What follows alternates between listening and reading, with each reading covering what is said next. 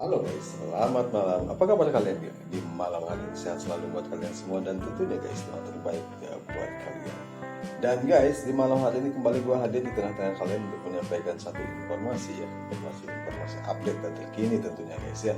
Dimana malam hari ini kita Indonesia dalam hal ini ya kembali dicoreng lagi mukanya guys ya. Kembali dicoreng dan dicoreng terus guys oleh pejabat-pejabat bego dan ya kalau bilang guys gue ini bulan Ramadan nih nggak boleh mencak-mencak kayak gitu seharusnya. Tapi gue kesel guys dengan sikap sifat dan karakter pejabat-pejabat yang harusnya menjadi idola ya dan harusnya dan digadang-gadang ini adalah merupakan perwakilan Tuhan di dunia guys ya, karena Tuhan itu maha adil dan tentunya di dunia ini ada apa diberikan istilah itu kepada instansi ini guys ya. Dan guys, ternyata amanah itu tidak dipegang, tidak dilaksanakan dan dikhianati ya amanah tersebut guys ya. Yang tentunya guys ini membuat kita sebagai masyarakat semakin terkikis ya karena kepercayaan terhadap para pejabat guys. Jadi semua instansi sekarang guys ini terbongkar semua ya. Wow guys, mengerikan Indonesia ternyata guys ya. Kropos di dalamnya banyak tikus sekali yang menggerogoti pilar-pilar bangsa ya dalam hal ini ya, sehingga membuat bangsa Indonesia semakin jelek di luar sana guys ya. Di sisi lain guys ada warga Indonesia yang berusaha mengharumkan nama bangsa gitu kan, tetapi ketika kembali dipalak bea cukai guys, ini kan bego sekali guys ya. Dan saat sekarang guys ini ada yang lebih parah lagi guys, lebih gimana ya, dibilang imagine-nya negatif guys ya. Dibilangnya gimana ya gue bilangnya ya, ngomong kasar lagi bulan puasa guys ya, nggak enak juga ya. Gue mau ngomong bego sebenarnya kan, cuma lagi bulan puasa katanya nggak boleh guys. Oke guys, ini dari instansi pemerintahan dan kejaksaan guys. Kita lihat ya artikelnya guys ya. Ini dilansir dari CNN Nasional guys. Ada satu pejabat yang membuat nama bangsa dan instansi itu sendiri menjadi jelek guys ya. Di sini di hari Rabu tanggal 22 Maret 2023 jam 17.37 menit. Temuan awal KPK, Hakim Agung Ghazalba terima gratifikasi puluhan miliar. Wow guys, sekalinya suap nggak tanggung miliaran guys. Dia miliaran bukan miliaran ya. Komisi Pemberantasan Korupsi KPK mengungkapkan Hakim Agung nonaktif Ghazalba Saleh diduga menerima gratifikasi senilai puluhan miliar rupiah terkait pengurusan perkara. Ini merupakan temuan awal KPK dan berpotensi bertambah guys. Wah bahaya guys, ini semua instansi ya menjadi sarang-sarang tikus-tikus bego ya. Aduh, masya Allah.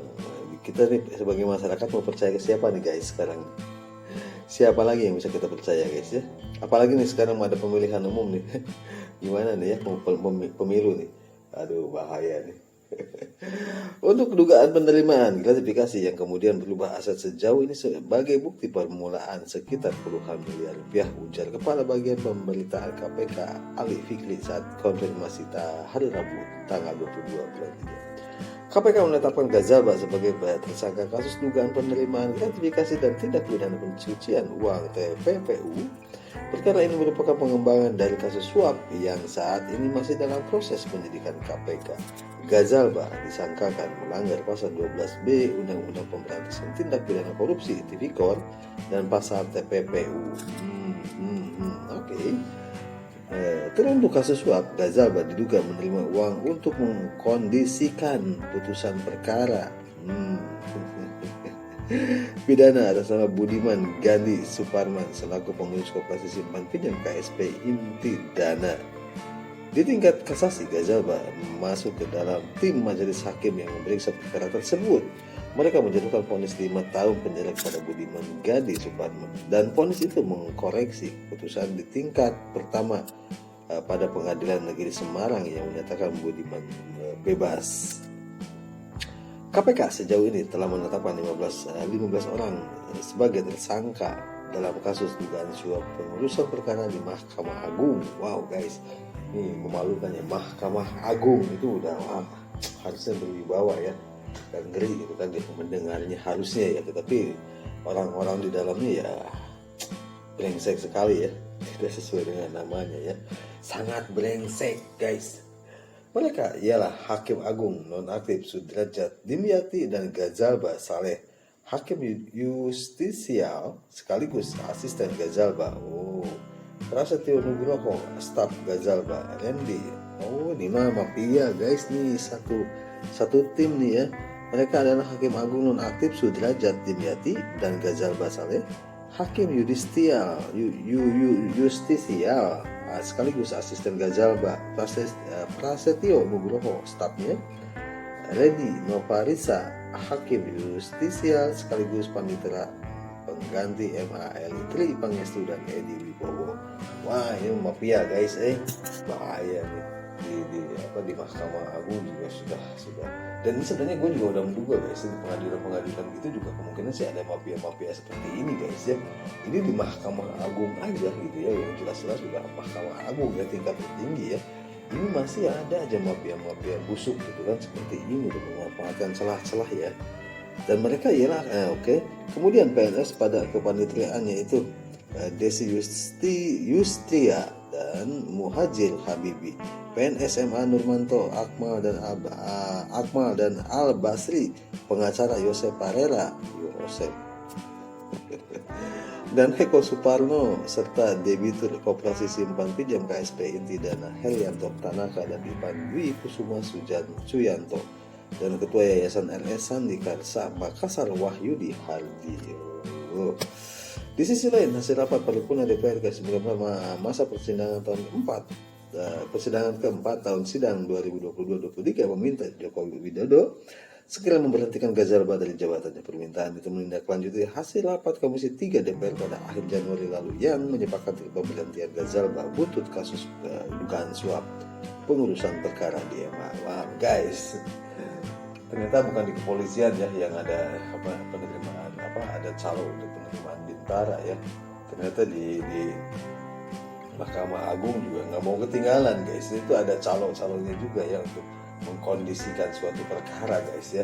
Dan ini ngeri guys, ketika mahkamah yang kita harapkan bertindak adil gitu ya, bertindak adil dalam memutuskan suatu kasus ya, udah disusupi oleh setan-setan dan tikus-tikus yang sangat rakus seperti ini ya, susah guys. Ini sudah tidak ada lagi gitu kan, tidak ada lagi kepercayaan untuk memberikan keputusan bahwa itu adil dan tidak guys ya. Karena ya kita sudah mengetahui ya tindak lanjutnya seperti tindak tanduk pejabat dari Mahkamah Agung sendiri seperti ini guys. Harusnya menjadi contoh buat kita sebagai masyarakat ya, bukannya malah menjadi penjahat, lebih jahat dari penjahat malah guys ya. Iya guys, karena dia kan selama ini dia yang memberikan putusan hakim ya, tetapi ketika hal itu menimpa dirinya ya bukan, dia lebih jahat daripada penjahat karena dia tahu pasal-pasalnya bahwa itu melanggar pasal sekian dan sekian guys ya. Kalau maling belum tentu dia tahu pasal-pasal ya, tetapi kalau ya setingkat hakim guys, hakim Mahkamah Agung harusnya ya dia paham lah ya hukum-hukum, tapi ya tetap dilanggar. Berarti artinya lebih jahat dari penjahat guys ya, dan lebih goblok dari orang goblok tentunya ya. Sangat memalukan guys, tentunya sangat memalukan sekali ya dari ke Mahkamah Agung untuk kelakuan perilaku yang seperti ini, dan sangat-sangat mencoreng instansi Mahkamah Agung guys ya. Dan sehingga guys, nama Mahkamah Agung yang harusnya berwibawa sekarang sudah tidak berwibawa lagi, akan ulah-ulah si ini ya, si Gazalba ini. Dan mungkin guys, di balik ini juga mungkin ada gitu ya mafia-mafia di belakangnya selain yang disebutkan tadi ya. Gue yakin di belakangnya masih ada lagi gitu kan mafia-mafia yang lain, gengnya gitu ya. Ya tinggal nanti KPK berani nggak untuk mengungkap itu semua guys ya. Guys, gue nanya nih kepada kalian nih, kira-kira guys, sampai sejauh ini sudah banyak yang terungkap ya pejabat-pejabat yang munafik lah ya seperti ini ya. Sampai yang terakhir ini yang gue temuin gitu kan, si Gazalba ini dari Mahkamah Agung. Nah, menurut pendapat kalian bagaimana dengan rasa kepercayaan kalian terhadap pejabat di Indonesia guys? Menurut kalian seperti apa? Tolong di-share di kolom komentar guys ya. Dan secara pribadi gue sih sejauh ini ya karena oknum-oknumnya bukan satu dua, ternyata masif guys di semua jaringan ya, di semua bagian, di semua instansi sudah ada guys ya. Dan ini menjadi menjadi suatu kebiasaan, tradisi guys ya. Dan tentunya guys sangat memalukan sekali ya di saat memberikan contoh ya, menghindari calo dan lain sebagainya, tapi dianya sendiri menjadi calo. Tapi calonnya nggak tanggung-tanggung guys, miliaran. Nah, dahsyat. Oke guys, seperti itu guys. Kira-kira menurut kalian seperti apa? Silahkan share di kolom komentar guys ya. Dan tentunya secara gua secara pribadi juga sangat kecewa dengan kejadian seperti ini ya. Dan gue berharap nih ke pemerintahan Bapak Joko Widodo sebelum berakhir tolong dibersihkan ya, agar bersih juga gitu kan, selama menjabat bisa membersihkan hal-hal yang seperti ini. Makanya gue himbau ke Bapak Presiden, semoga Bapak menyimak ya ini konten gue nih, tolonglah dibereskan orang-orang yang seperti itu gitu kan ya. Tidak berguna apa orang-orang seperti itu, menjadi benalu di instansi tersebut. Jadi menurut gue sih ya, singkirkan saja guys ya, singkirkan aja Pak Jokowi orang-orang yang seperti itu ya. Dan next nanti ke kepemimpinan siapapun nanti presidennya ya, gue berharap sih bisa di-clearkan semua gitu kan, dan gue berharap semua instansi dibersihkan, karena gue yakin di sana tempat mafia semua guys ya. Gue yakin seperti itu ya. Banyak sekali instansi selain dari yang gue sebutkan ini mempunyai habit yang sama guys ya, mempunyai habit yang sama dalam artian yang mempunyai geng atau mafia yang dia tentunya ya berhubungan dengan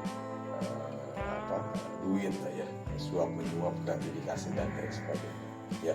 Dan gue berharap di kepemimpinannya nanti guys, siapapun presidennya, bersihkan semua guys ya. Oke, itu aja yang bisa gue sampaikan di malam hari ini. Semoga bermanfaat buat kalian semua. Seperti biasa, sampaikan salam gue buat keluarga kalian, jaga kesehatan kalian. Selamat malam dan terima kasih.